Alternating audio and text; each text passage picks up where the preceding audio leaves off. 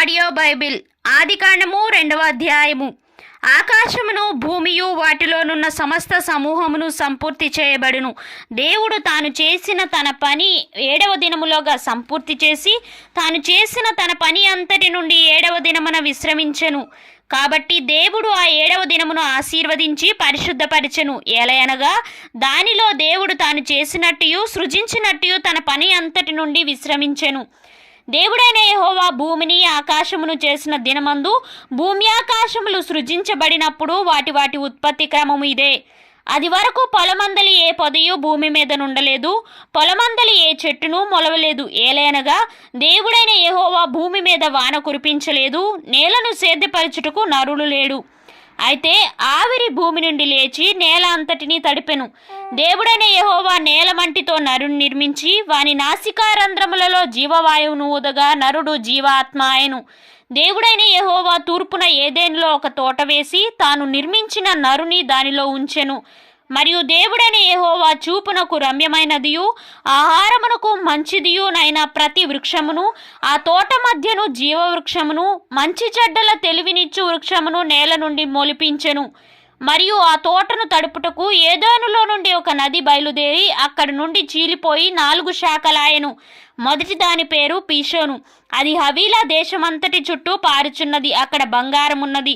ఆ దేశపు బంగారము శ్రేష్టమైనది. అక్కడ బోలమును గోమేధికములను దొరుకును.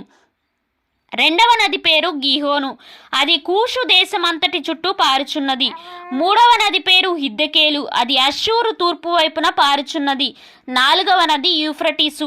మరియు దేవుడైన యెహోవా నరుని తీసుకుని ఏదైను తోటను సేద్యపరచుటకును దాని కాచుటకును దానిలో ఉంచెను. మరియు దేవుడైన యెహోవా ఈ తోటలోనున్న ప్రతి వృక్ష ఫలములను నీవు నిరభ్యంతరముగా తినవచ్చును. అయితే మంచి చెడ్డల తెలివినిచ్చు వృక్ష ఫలములను తినకూడదు.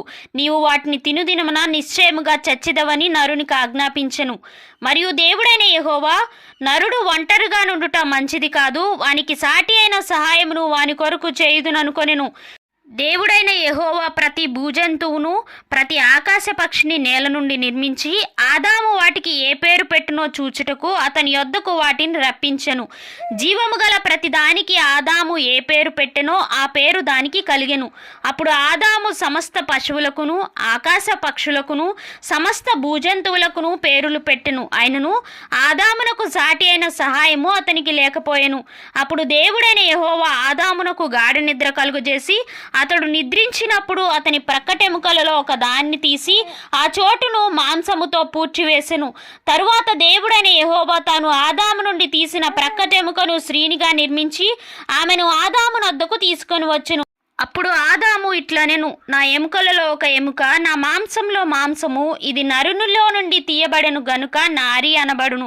కాబట్టి పురుషుడు తన తండ్రిని తన తల్లిని విడిచి తన భార్యను హత్తుకొనును, వారు ఏక శరీరమై ఉందురు.